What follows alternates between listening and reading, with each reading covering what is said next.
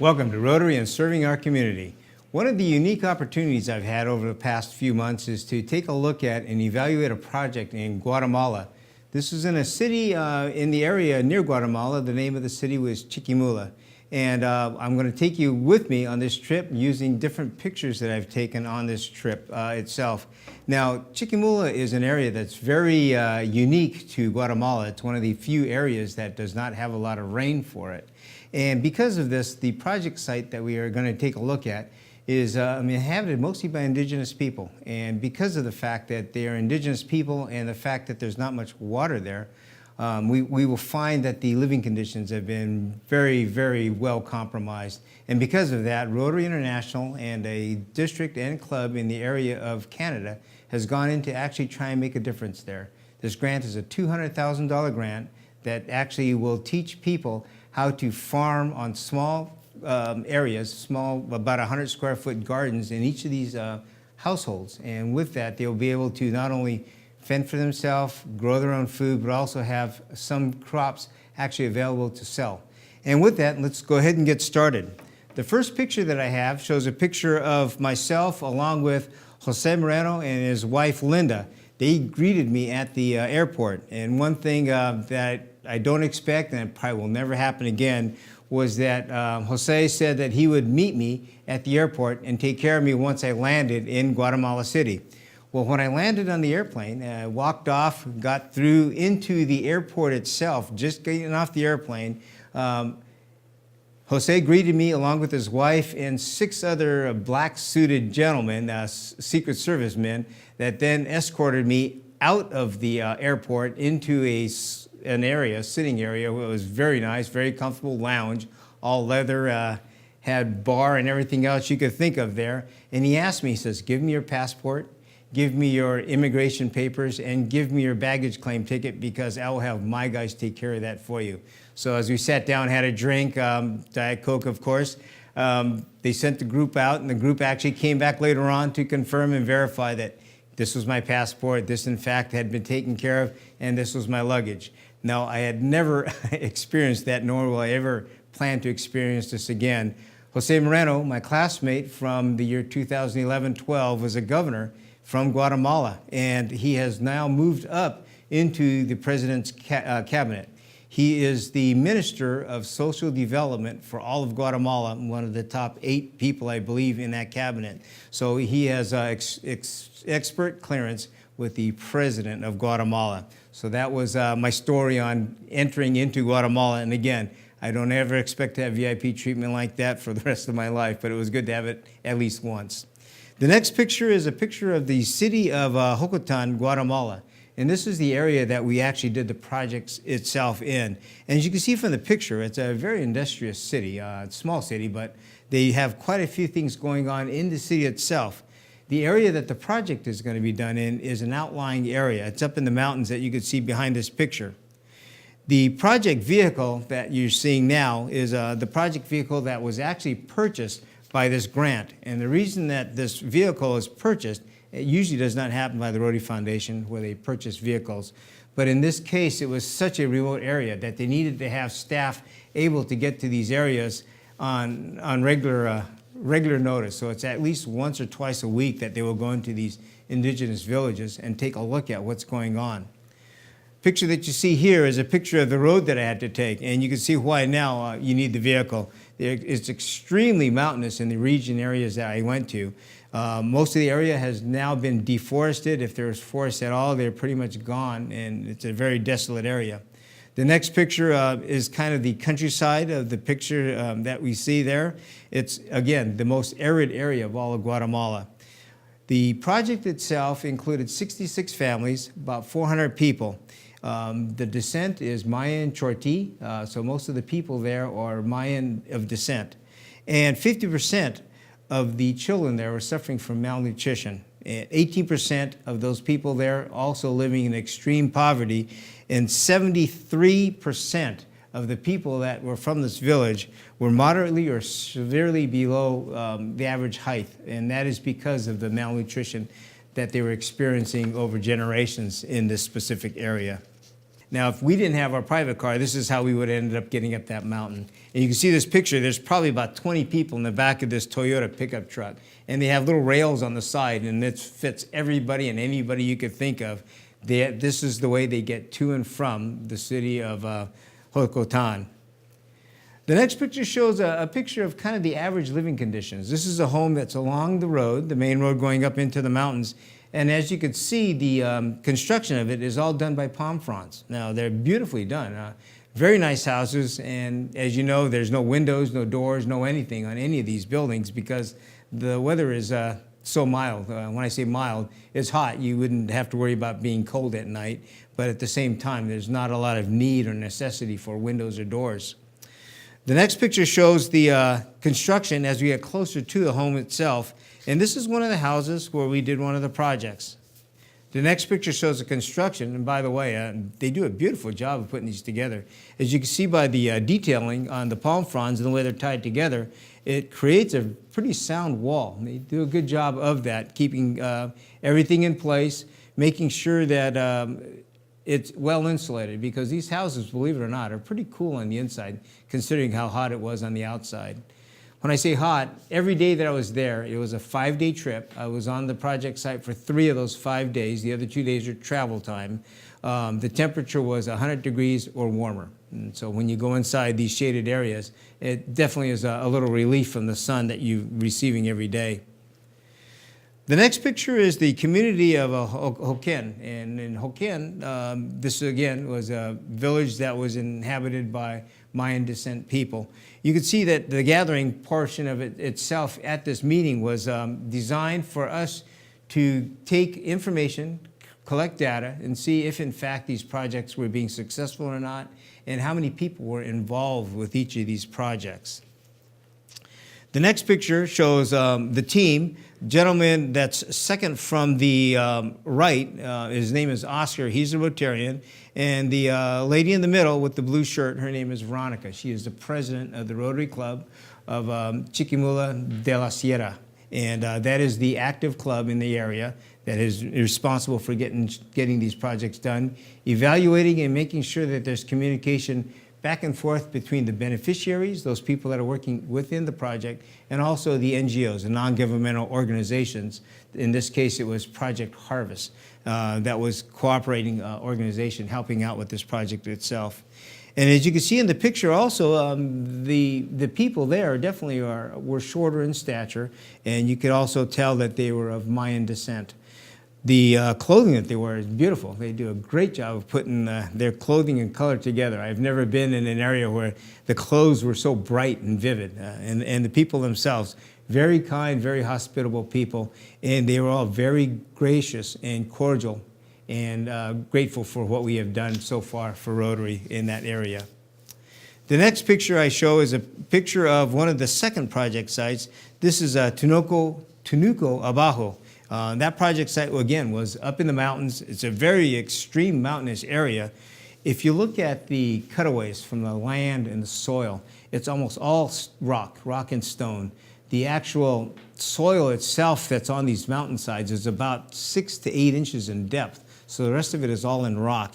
And the project had to do with how to develop and build terracing on this land to try and create farms.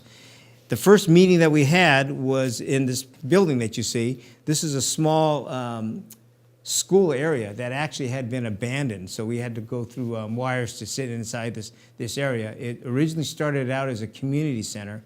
Unfortunately, that community center failed to be successful, was abandoned, and now it just becomes a gathering area itself. And so this is the families and the areas that we met. The next picture shows right before the meeting, some of the people that came to visit with us and talk to us about this meeting itself. The next picture shows, again, the group of people, mostly women of Mayan descent, and you can see, again, the vivid clothing that they have. It's really beautiful, and how the women were out in full force. And when I say that, this project's very unique, and unique in that oftentimes Rotary projects or humanitarian projects focus on an entire community. Well, with the Garden Community Project, we found that it was best to have it implemented by the women of the villages. So each of these project sites actually were mostly developed and built by women themselves. And these women that you see in this picture were each members of the household family, and they were the ones in charge of and responsible for the garden. What makes it also unique is that these women now could raise their children in a home environment, never have to leave the house, yet still make enough money to go ahead and make money for their family and also have enough food there on site. And so their job obligation actually becomes home-based.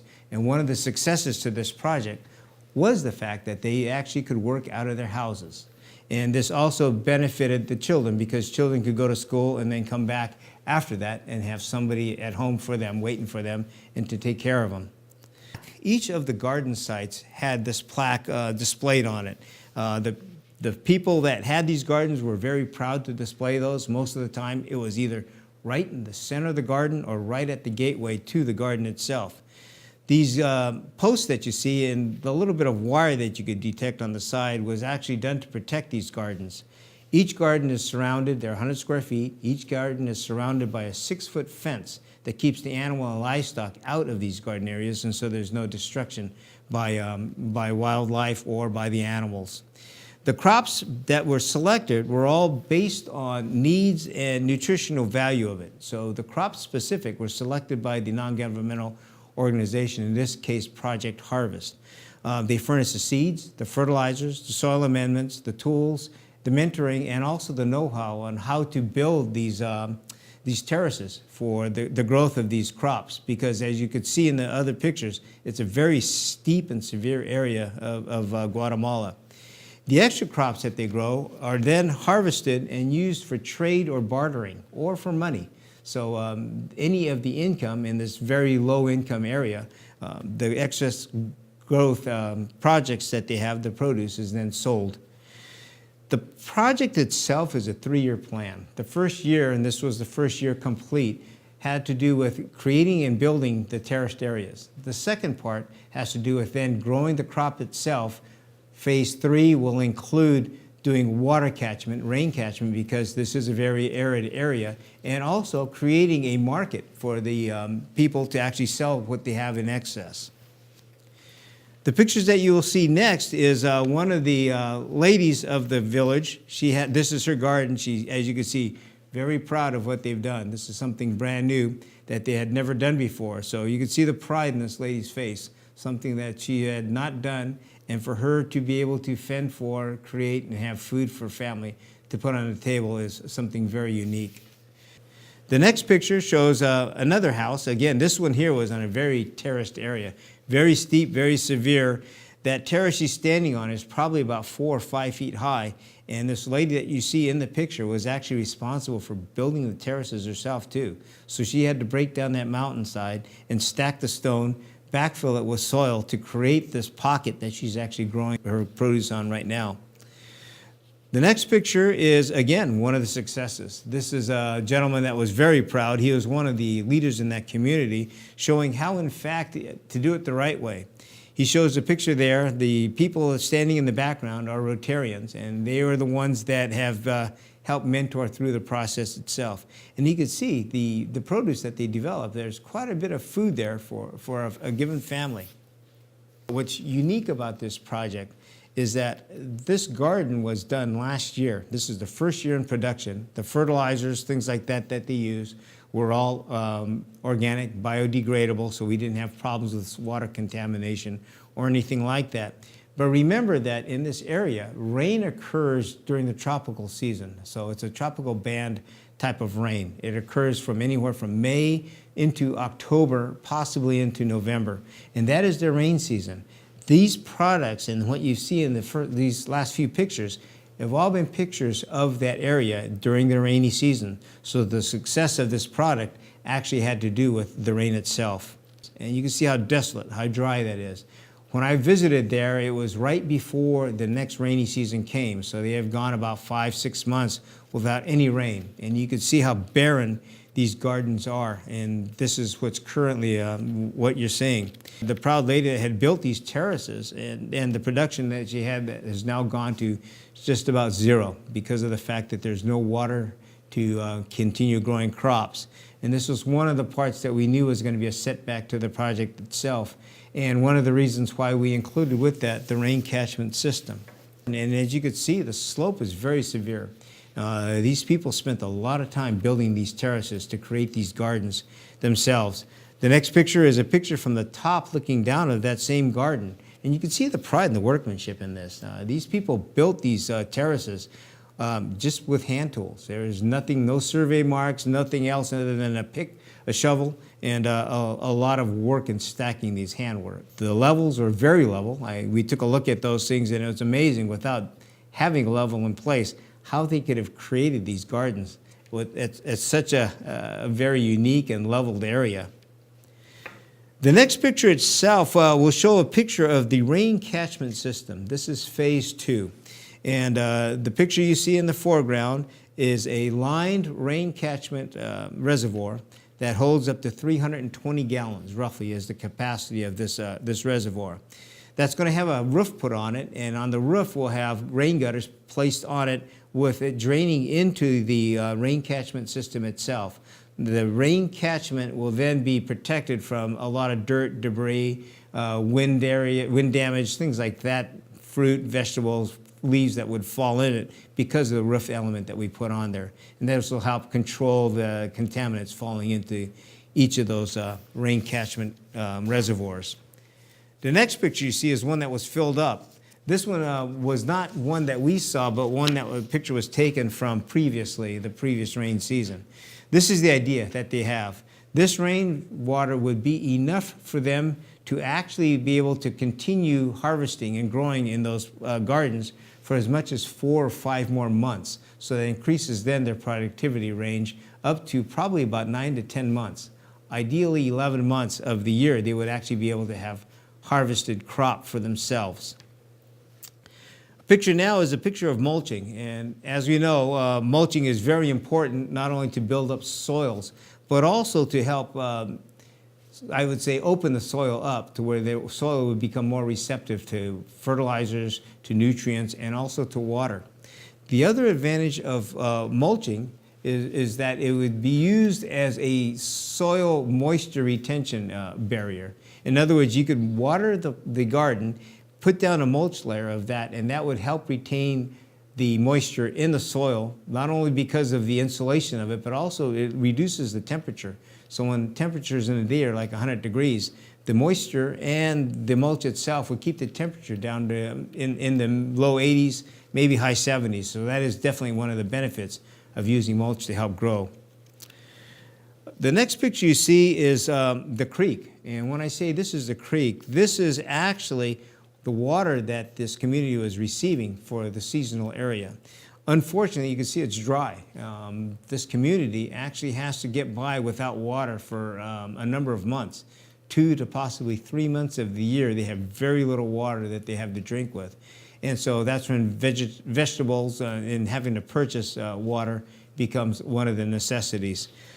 The next picture you see, unfortunately, shows what that community is living with right now. This girl is in the only water hole that is actually supplying 6 different families. And as you can see, she's doing the laundry right there. They do laundry, wash their clothes, they bathe in it. And that same small water hole, about a 2-foot square hole that you see right next to her, is going to be also the water that they're going to be using to live off of for the next 2 months. So unfortunately, that is one part that I've seen in this area where it's going to be a difficult challenge as far as the project itself in creating the success. The next picture you'll see is with the Rotarians, the ones that visited the site with me, and we are discussing how we could now include water as part of the project scope itself. Knowing that they have nutrition, that they're going to have vegetables, they're going to have fruits, they're going to have things to live off of, and that 50% malnutrition rate is going to substantially be reduced. If they don't have good drinking water, if they don't have water available, it's going to be probably as detrimental as having nothing. And the reason for that is most of them will not be able to retain the nutrition, the foods, if they don't have water because of the waterborne diseases.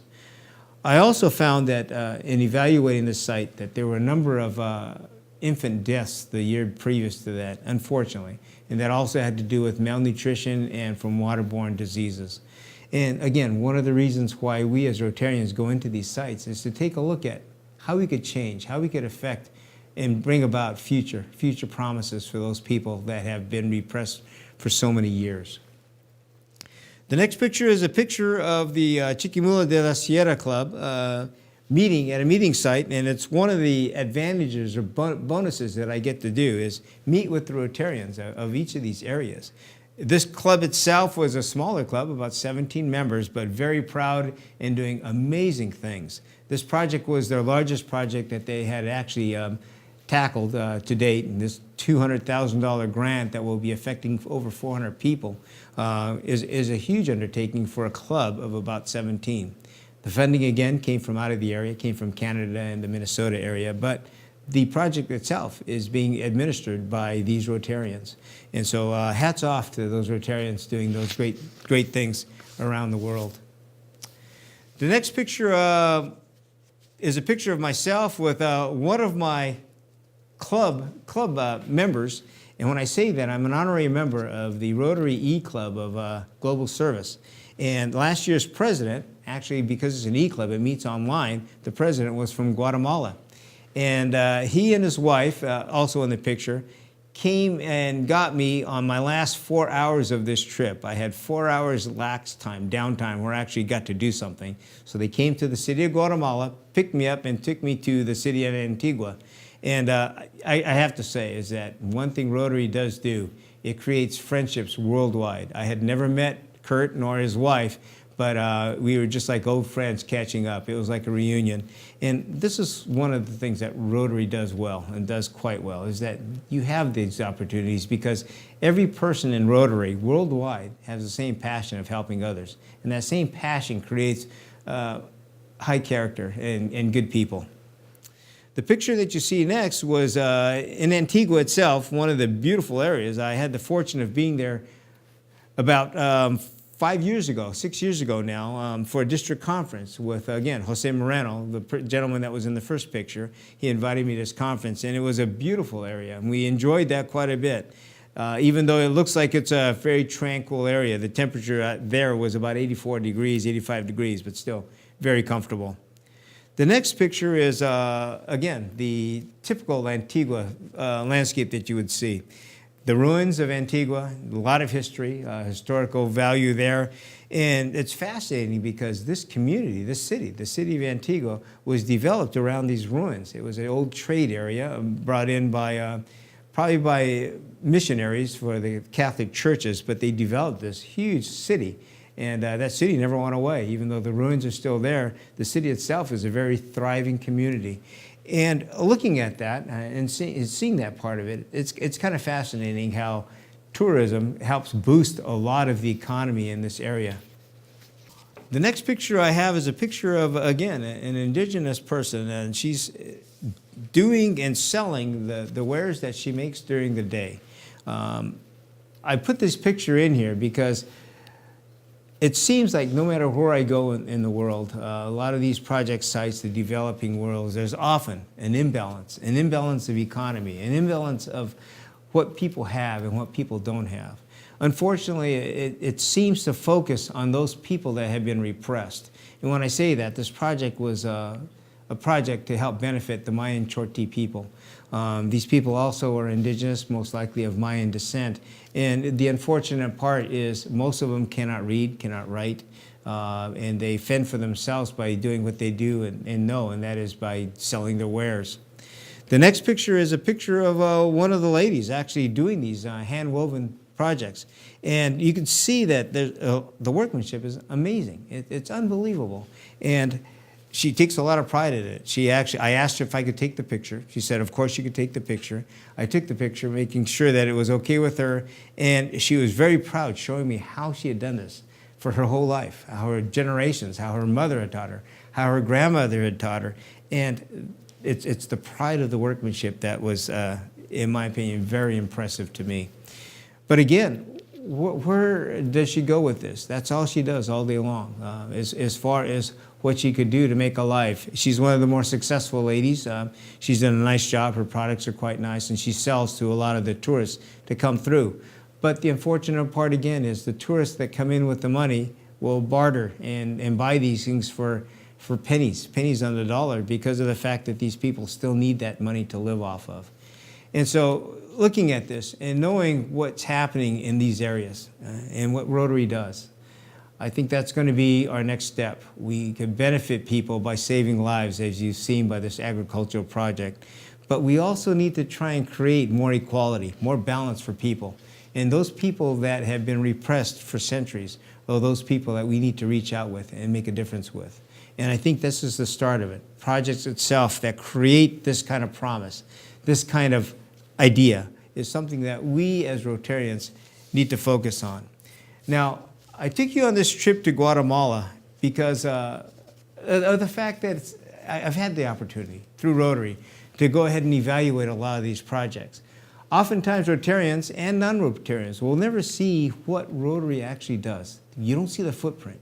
You don't see what's going on in the world. And the show hopefully will give you some light as to one of the few areas that a small group of people have done to change those lives. Rotary itself, whether it's in Guatemala, Honduras, Mexico, all of the other places I've traveled in the world, all come up with the same thing, and that is that it's the Rotarians themselves that carry the torch, that make a difference, that see what could happen.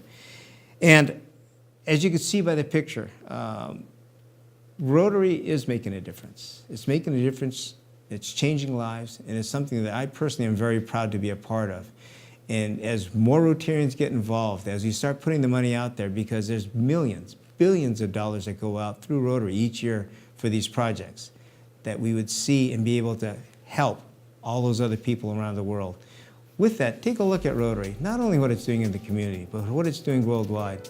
Be very proud of the efforts that all of these 1.2 million Rotarians are doing in changing what's going on in this world. And with that, thank you very much. We hope to see you next time.